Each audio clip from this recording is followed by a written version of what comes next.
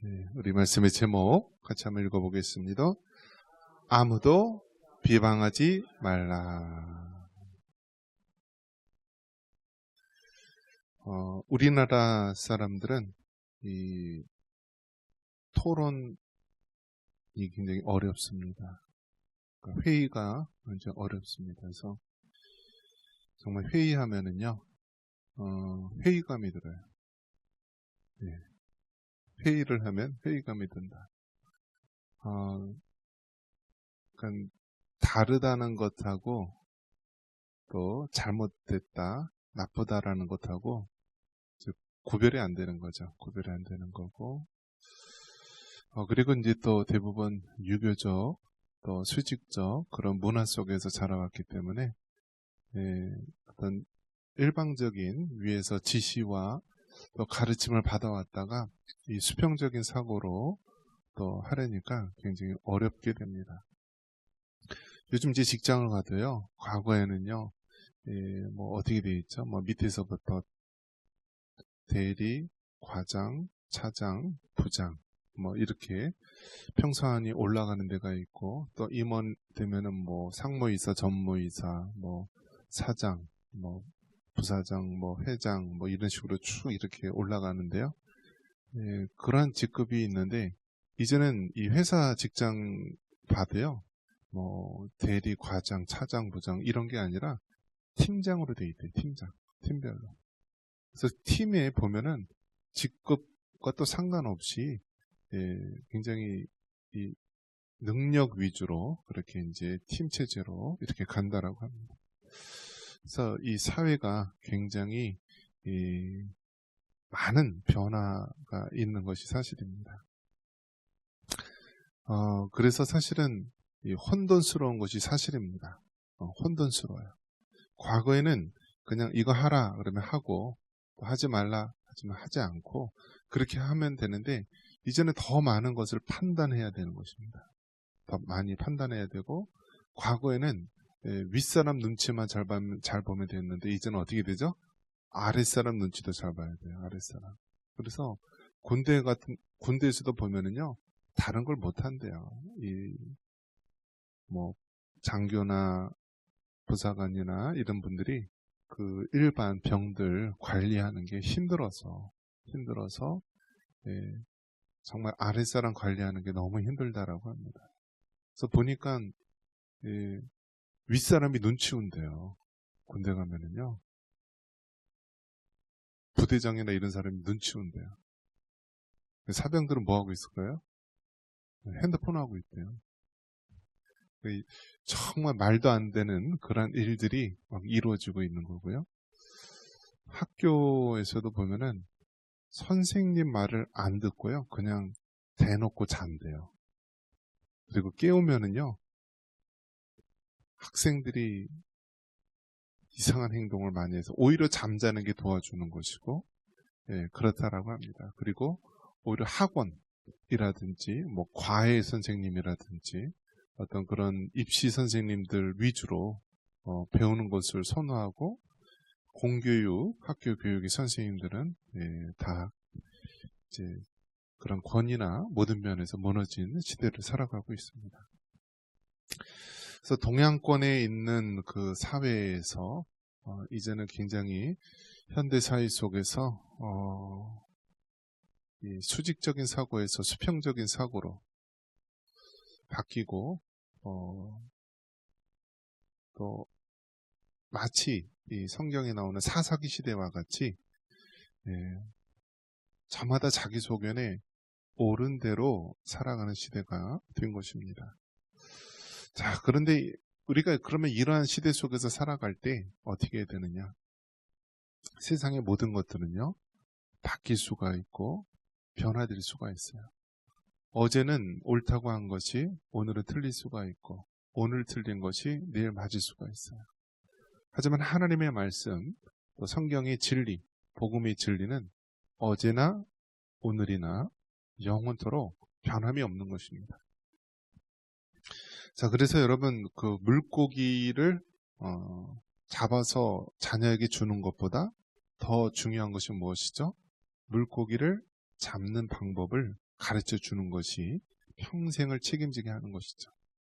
또는 어떤 가치에 있어서 어떤 무슨 일일이 있어서 그냥 단답형으로 가르치는 것이 아니라 그 자녀들이, 그 맡겨진 영혼들이 혼자 스스로 사고하고 판단하고 행동할 수 있도록 해줘야 되는 것이 중요합니다.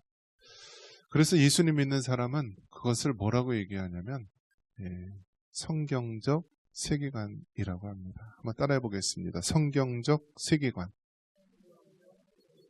그래서 성경적 세계관, 이것으로 모든 것을 생각하고 판단하고 행동하는 것. 이것이 굉장히 중요한 것이고요. 앞으로는 이러한 것들이 더 많이 요구되는 사회가 되는 것입니다. 자, 그러기 위해서는 이 성경이 가지고 있는 진리를 우리가 바르게 깨달아야 되고요. 이것을 삶 속에 적용을 할 수 있도록 해야 합니다. 오늘 보면은 아무도 비방하지 말라라고 했을 때 그러면은 다른 사람에게 싫은 소리를 하지 말라라는 것인가? 먼저 이 성경의 이 배경을 우리가 얘기할 수 있는데 디도서는요, 이 디도라고 하는 사람에게 사도 바울이 서신을 보낸 그런 성경 말씀인데 이것을 목회 서신이라고 합니다. 그러니까 목회자에게 특별히 주는 말씀. 그래서 디모데전서, 전후서, 디도서, 이러한 성경은 목회 서신, 특별히 남들을 가르치고 지도하는 그러한 목회자들을 위한 서신이라고 하는데요. 디도가 사역한 그 지역이 어디냐면 지중해에 있는 그레데 섬입니다. 그레데 섬. 그래서 이 그레데 섬인데요. 그 그레데 섬은 어떤 이 특징이 있냐면은요. 그 그레데 섬의 특징을 한마디로 이야기하는 것이 디도서 1장 12절에 보면은 그레데인들은 항상 거짓말쟁이며 또 악한 짐승이며 배만 위하는 게으름뱅이라. 좋은 환경이 아니에요. 이 사도 바울이 목회 서신을 쓴 디도서는요. 이 디도가 사역하는 곳이 이 그레데라고 하는 섬인데요. 이 그레데 섬의 사람들의 특징을 뭐라고 얘기하냐면 그레데인들은 항상 거짓말장이다라고 하는 거예요.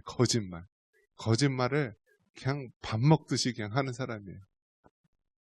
거짓말도 여러분 보니까 자꾸 들으면 진짜 같아요. 여러분 그 사기꾼들이나 이런 말들을 보면은요 얼마나 설득력이 있는지 몰라요. 그래서 거짓말도 자꾸 들으면 진실처럼 들릴 때가 있는데요. 이 그레데 사람들은 항상 거짓말장이라고 얘기합니다. 거짓말장이. 그리고 악한 짐승이다. 악한 짐승이다. 배만 위하는 게으름뱅이다. 그러니까 안 좋은 거는 다 들어가 있는 사람이에요. 그러한 것에 목회하려니까 쉬워요? 어떻겠어요, 여러분? 힘들겠죠. 사도 바울이 이 지중해에 있는 아주 큰 섬입니다. 그레데 섬에 복음을 전하고 했는데 자기가 복음을 전한 그 섬에 교회를 세우고 그 교회의 목회를 이어가도록 디도를 보냈는데 그 디도라는 곳이 그 그레데라고 하는 곳이 바로 그 사람들의 특징이 거짓말쟁이이고 악한 짐승이고 자기 배만 위하는 그러한 자들이다라는 평가를 하고 있는 거예요. 얼마나 힘들고 어렵겠습니까? 그러한 곳에서 사도 바울이 이제 이야기를 해주는 것입니다. 그러한 곳에서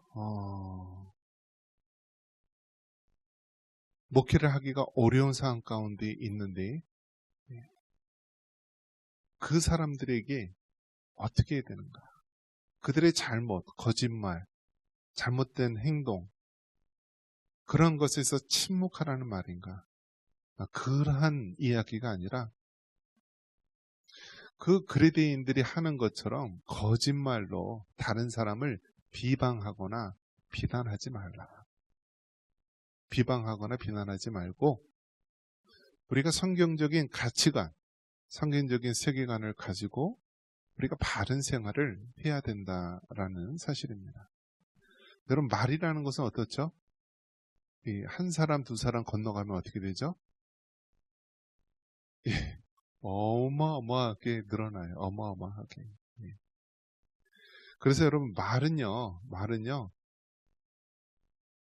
누가 이렇대? 라고 해서 한 사람만 건너가면은요, 아주 부풀려져 있고요, 왜곡되고 잘못된 것일 수가 많아요. 그렇기 때문에 교회 내에서는요, 그러한 얘기를, 어떤 이야기를 들었다 얘기하면은요, 그 사람 선에서 끝내야 돼요. 하나님이 이 이야기를 듣게 하신 것이 나로 하여금 기도하라고 하는구나. 기도하라는구나고 기도하세요. 그 이야기를 다른 사람에게 전하는 그 순간서부터 이야기가 눈덩이처럼 부풀려지고요, 왜곡되고 거짓말쟁이가 되는 거예요. 거짓말쟁이가. 자, 그래서 이 아무도 비방하지 말라라고 하는 말 속에서는 그 그레디인들처럼 거짓말로 그렇게 비방하거나 비난하지 말라라는 것입니다. 그러나 우리가 여기서 가져야 될 것은 무엇이냐면 비평적 사고를 가져야 되는 것입니다. 한번 따라해 보겠습니다. 비평적 사고. 여러분, 학문의 세계, 공부하는 세계에서는요, 가장 중요한 것이 무엇이냐면 비평적 사고를 가져야 되는 거야. 그러니까 이거는 비난이나 비방하고 다른 말이에요. 비평적 사고는 자신이 가지고 있는 그 가치관, 세계관을 가지고요, 그것을 바라보고 그것을 판단하고 그것을 삶 속에 적용하는 것이죠.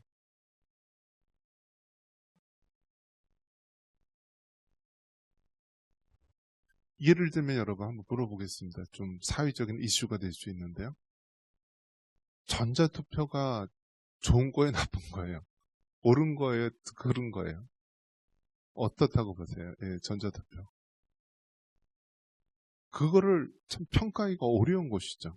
어려운 것인데, 근데 문제는 뭐냐면, 문제는 전자투표라고 하는 것이 이제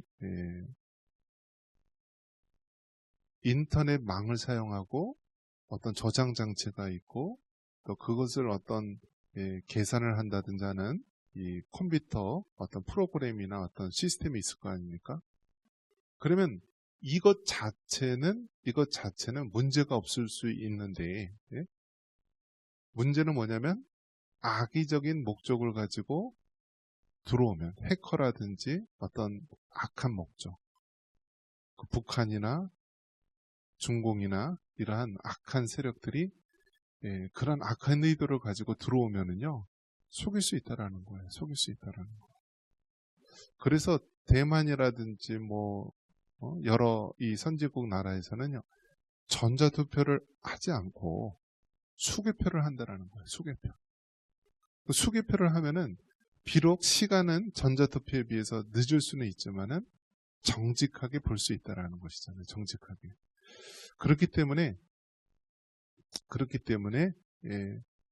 우리가 전자투표가 옳은 것인지 또 수개표 하는 것이 옳은 것인지 그거를 성경적 세계관으로 판단을 해서 악한 의도가 있고 이것을 막을 수 있는 또 검증할 수 있는 시스템이 되어 있지 않기 때문에 전자투표는 하지 않는 것이 옳고, 시간이 오래 걸린다 할지라도 또 우리는 수개표와 손으로 하는 것을 해서 그런 부정을 방지해야 된다라는 것. 그러니까 어떤 사안에 대해서 우리가 기독교적인 세계관을 가지고 우리가 바라봐야 된다는 거예요. 그러한 것들이 사실은 굉장히 많이 있습니다. 그러한 것들이. 과거에는 이 전두환 대통령이나 이런 때는요, 과외 금지를 했었잖아요. 과외 금지. 그래서 저도 이제 그때 해당이 됐는데, 재학생들은 이 과외를 못 다녔고요, 못 했고요, 학원이나 이런 데서 사설학원도 가지 못했어요. 이게 이제 과외 금지 그런 시대였어요. 왜냐하면 너무 사교육이 조장되니까 그것을 이제 금지했던 것이죠. 그래서 그 당시에는 공교육만 이렇게 받으면서 공부를 하고요. 그리고 뭐 정교, 수석 이런 사람들 단골 메뉴가 뭐죠? 어떻게 1등했습니까? 수석했습니까? 하면 교과서 위주로 했고요. 수업 시간에 선생님 말씀 잘 듣고 했습니다. 이런 얘기가 아주 그 당시에는 단골 멘트였는데요. 시대가 변했어요. 근데 지금은 이제 어떤 시대가 됐냐면 공교육이 이상한 교육이 된 거예요. 이상한 교육이 된 거예요. 그렇게 되면서 이제는 이 학생들에게 정치적인 그러한 것들을 가르치다 보니까요. 정교조라든지 어떤 그런 사람들의 영향력을 받은 그런 교육들이 많이 들어가 있는 거예요. 예를 들면 동성애를 지지한다든지 뭐 어떤 이 성적인 너무나 문란하고 난립한 그러한 것들을 어려서부터 접하기 때문에요. 아이들이 굉장히 혼란을 일으키게 되는 것이죠. 제가 이제 뭐 상담, 심리 그쪽으로 보면은요.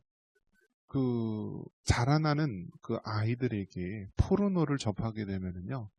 어떤 현상이 일어나면 그것이 교과서처럼 이게 뇌에 각인이 되면서요. 그렇게 하면은 다 되는 것처럼 여겨집니다. 그래서 이 학생들, 자라나는 학생들에게 포르노는 성폭력 교과서라는 말이 있습니다. 그러니까 포르노를 늘 접하고 뭘 동영상이라든지 그런 걸 계속 접한 사람은요.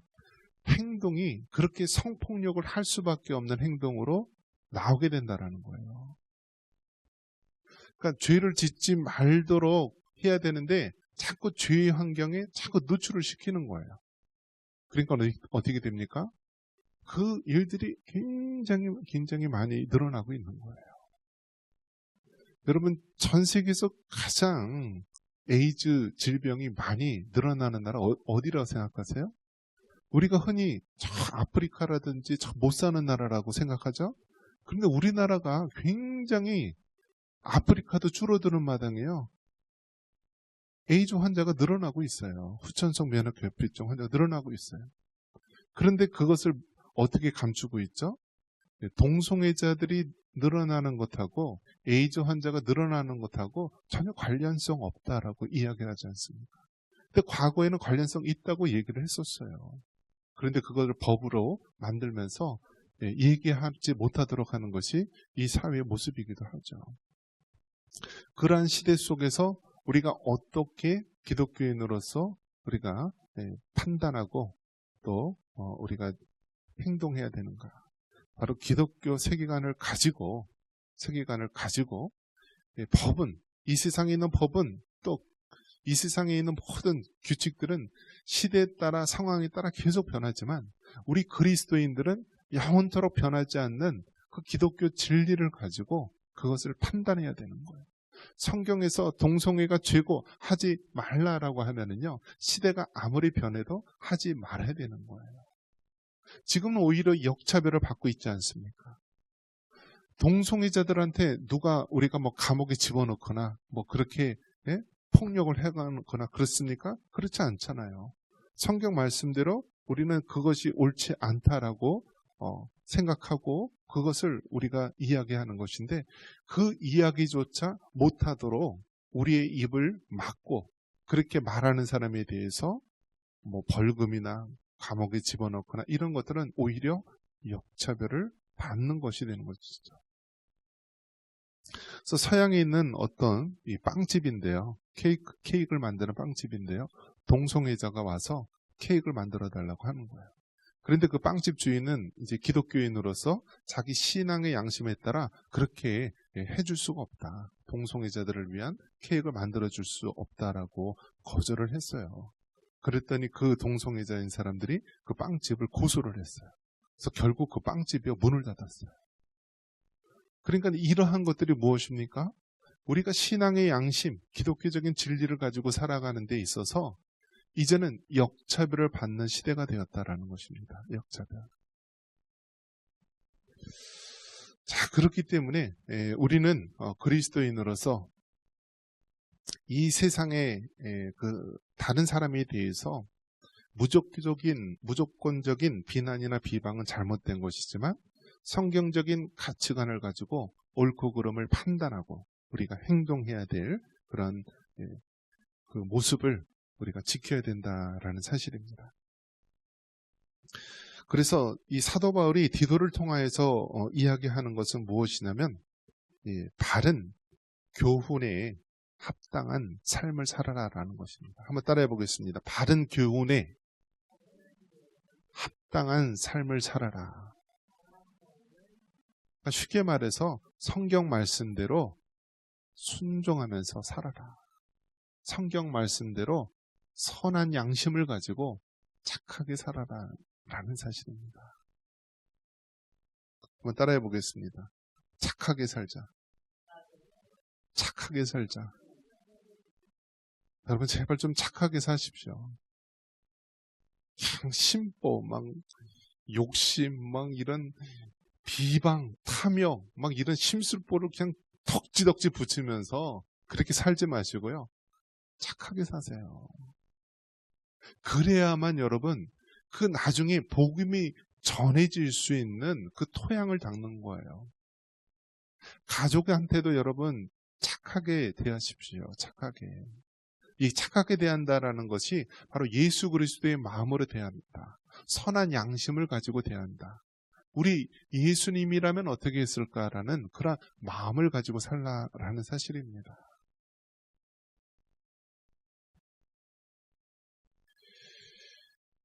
이 사회층을 보면은요, 이 전 세계적으로도 보면은 잘 사는 나라들은 기독교 국가인 경우가 많이 있습니다. 왜요? 성경 말씀대로 살면은요, 정말 근면하고 성실하고 가정 중심으로 또 사회에서도 성실히 정직하게 살아가고요, 잘 살 수밖에 없어요. 일반 개인도 일반 이 한 나라 안에서도 마찬가지입니다. 예수님 믿는 사람들이 잘 사는 경우가 많아요. 대부분. 왜요?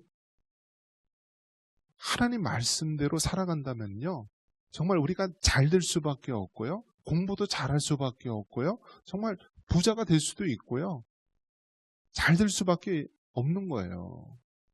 그렇기 때문에 예수님 믿는 사람들을 보면은요, 어디가 많아요? 사회적으로 중상위층이 많아요. 중상위층.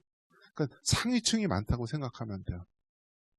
그러니까 예전에도 한번 조사를 한 경우가 있는데 국회의원들 중에 50% 이상이 다 그리스도인이라고, 기독교인이라고 한 보고도 있습니다. 여러분 지금 이 땡땡 대통령 종교란 딱 하면 뭐라고 적었을까요? 기독교라고 적었겠죠.